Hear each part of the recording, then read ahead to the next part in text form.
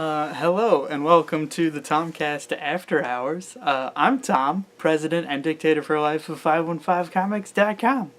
I'm here with this, oh, you're not really rocking, are you? Here we go. I'm here rocking this little boy, let me show you. Hi, Chester! Hi, Chester! There, you're on the TV. The internet TV. He's very excited. He's very excited to be in another video. It's been a while since he's been in a video. Chapter 38? Chapter 38 of Nextuus just completed.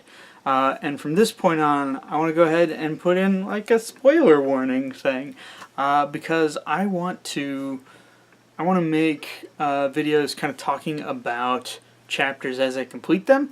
If people are interested, I might do videos about previous chapters and talk about the same kind of stuff. Basically, I just kind of want to talk about how the chapter, like what I think about how the chapter was drawn, what I think about some of the character interactions, and kind of compare it to when the initial idea, like where the initial ideas came from, and how they may have changed over time. Because I've been working on Nextuus for 12 years? Approximately 12 years. And a lot of the stuff that was originally written was written 10 plus years ago, or 8 plus years, a long time ago. And I've changed as a person, and so the writing changes when I get to the actual time to write the script for the chapter. I'm still using a lot of that stuff as reference, but I just thought it would be kind of interesting to sort of examine what changed. And this time around, and now we can actually do a spoiler. I'm going to be talking about stuff that happens in the latest chapter of Nextuus. So if you have not read all of it, you may want to read all of it. Because I'm going to talk about the relationship between Randall and Liz. And just kind of Liz as a character. Because Liz is a bit of a catalyst character for Randall. And I just think that she's changed a lot. Just because of, again, me growing as a person, and just sort of like figuring out what I wanted that character to be and how I wanted her to kind of work in the story. Liz appeared in the Hunt for the Ramos Emerald mini comic, which is from like 6 years ago. I think that was a 2012 thing that I wrote and made. She appeared in a speaking fashion that far back. But she was actually, she's been referred to long before that in some of the early chapters. I know she was on the cover of Chapter 8. And actually that's one of the few like retcons that I've done for the comic, is that her initial color scheme is not her color scheme now.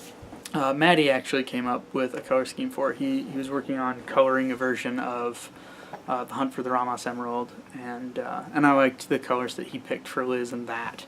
When we came up with that, and that must have been 2012, 2013, I went ahead and went back and recolored the Chapter 8 cover page. I don't know that I'll even be able to find a file of the original version, but basically she was really fair-skinned and had like red hair.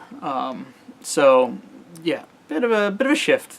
So yeah, and actually now that I think about it, her first appearance in comic was one of the few pages that Professor Trey, actually illustrated, and that was in Chapter 5 for Aric's backstory. Aric was telling his backstory, and anyway, so Liz has been a fixture in the comic for a while, but not really having a main role in the main Search for the Ocean Shard storyline. And so it was really exciting to get to this point. Now, like I said before, this was something that I wrote probably 10 years ago. I was actually traveling to visit Professor Trey while he was living in Iowa City, and I was living in Des Moines still. And he was at work when I got there, so I just had like a couple hours to kill in his apartment, which sort of sucked. But on the whole way over on that trip, I was just thinking about Nextuus stuff, and I wrote out this huge, big, long timeline of events. And actually, I thought it was a huge, big, long timeline of events. It was effectively a handful of scenes. And many of them have still made it into the story in some fashion. That's when I wrote the scene about John getting his arm cut off, and that's when I wrote the scene about the teams kind of splitting up. Yeah, I guess a lot of things sort of branched off from that. Also, I wrote the scene where Randall and part of the crew, because they've separated, get captured by pirates who turn out to be led by Liz. And so the scene, as it was originally written, had Randall and Liz really kind of getting into it about why she left. And originally, Trey and I were thinking that that Randall proposed to Liz, and then Liz left. Like, she either said, wait, I need to decide, or she said yes, and then left after that. Wasn't really that clear. We didn't really have a good solid foundation for what actually happened, but there was a proposal in there. So, the way that it was written, take care. The way it was written is Randall asked why she left him, and she said she was scared, and that she just wasn't she just couldn't do it, and so she ran away. And I mean, this was just a rough outline, so I didn't have a lot of dialogue written in, but the idea was that she, like, the way I wrote it was just that, like, she wasn't... Take care. The way I wrote it was that she wasn't ready to move to that point in their relationship. And so she abandoned him. And I was writing, I'm a person who I don't have a lot of, like, relationship experience. I'm married. But before I got married, I hadn't dated a lot of different people, and so I didn't have a lot of experience of, like, true heartbreak or true, like, that kind of abandonment. I had an idea of what it might be like, I could imagine, but I didn't really have a good handle on what that really felt like. But I thought I did, and I thought that would be the kind of emotion that I would want to have. It was kind of like, I kind of wrote it that it was Liz's fault that she left. That they sort of made up, like, there was a scene where, like, Randall was, like, holding the ring that he proposed to her with, and, like, Arik came out and talked to him, and, Randall's like, well, I always thought that, if I had the opportunity, I'd take her back, but I just don't think I can. And not that that was an option. I think that it was just that Randall said something to Liz like, I can't run away, I can't run away, and I can't be like you. So again, it's just very like, I'm not really into that. Now, at the time, I thought it was very much like, yeah, man, solidarity. But this sounds so bad. So yeah, he and Randall and Arik had a discussion, and Randall sets the ring down on the table of the room that they're in and leaves it behind. It's kind of a symbol of, leaving behind this love. And then when they finally leave the pirate ship, Liz gives him a big old kiss and, like, slips the ring in his pocket, and he's like, what the heck does that mean? And I thought that was very funny. So when I go to write this chapter, I'm looking over these notes, and I'm like, what even is this? First of all, it's something that was written by 21, 22-year-old Tom. I was a different person, and I was a different kind of writer. And so it didn't feel very, like, if I had just written a chapter following that outline, I really felt like it would be pretty hollow and just not very realistic.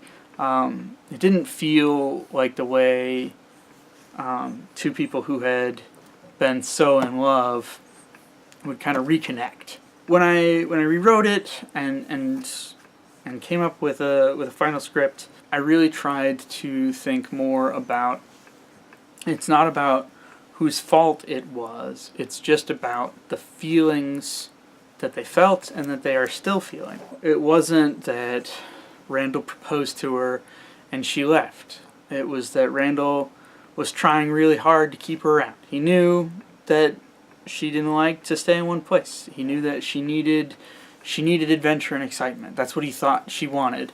So he's doing whatever he could, maybe without talking to her about it, but he's doing whatever he thought he could to get her to stay.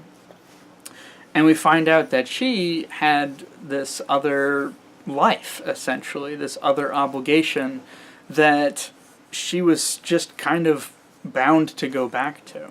I haven't gotten into too much about the workings of the Roaming Eye pirates. It's kind of a once you're in kind of situation. And so she left more to, partly because of obligation, she had to, or she thought she had to, and partly to protect the people that she had grown so close to and the people who had become her extended family in a way.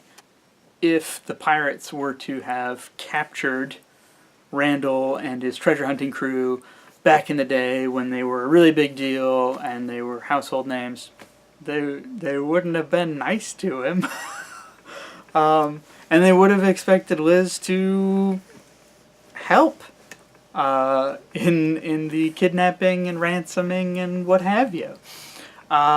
She would not have been in a position where she could have prevented that, since she was sort of operating outside of the Roaming Eye.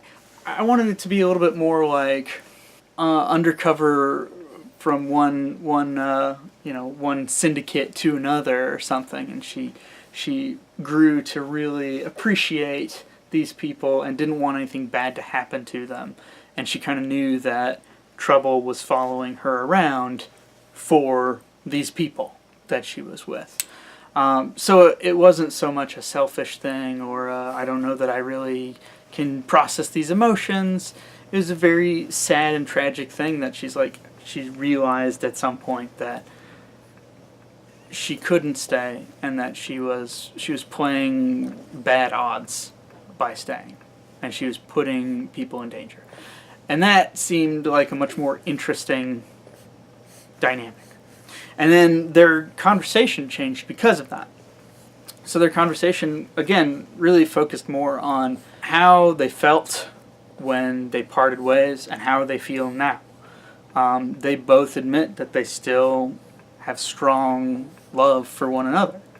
You know, the way that the chapter, the way that not necessarily the chapter, but the way that conversation sort of ends is them, you know, wanting things to be okay and wanting both of them to be able to have those feelings, but also be able to go on and live their lives. So that's kind of where you leave it, you know. And at this point in the story, you know, it might be seen as kind of a could they ever get back together and make things work? I don't know.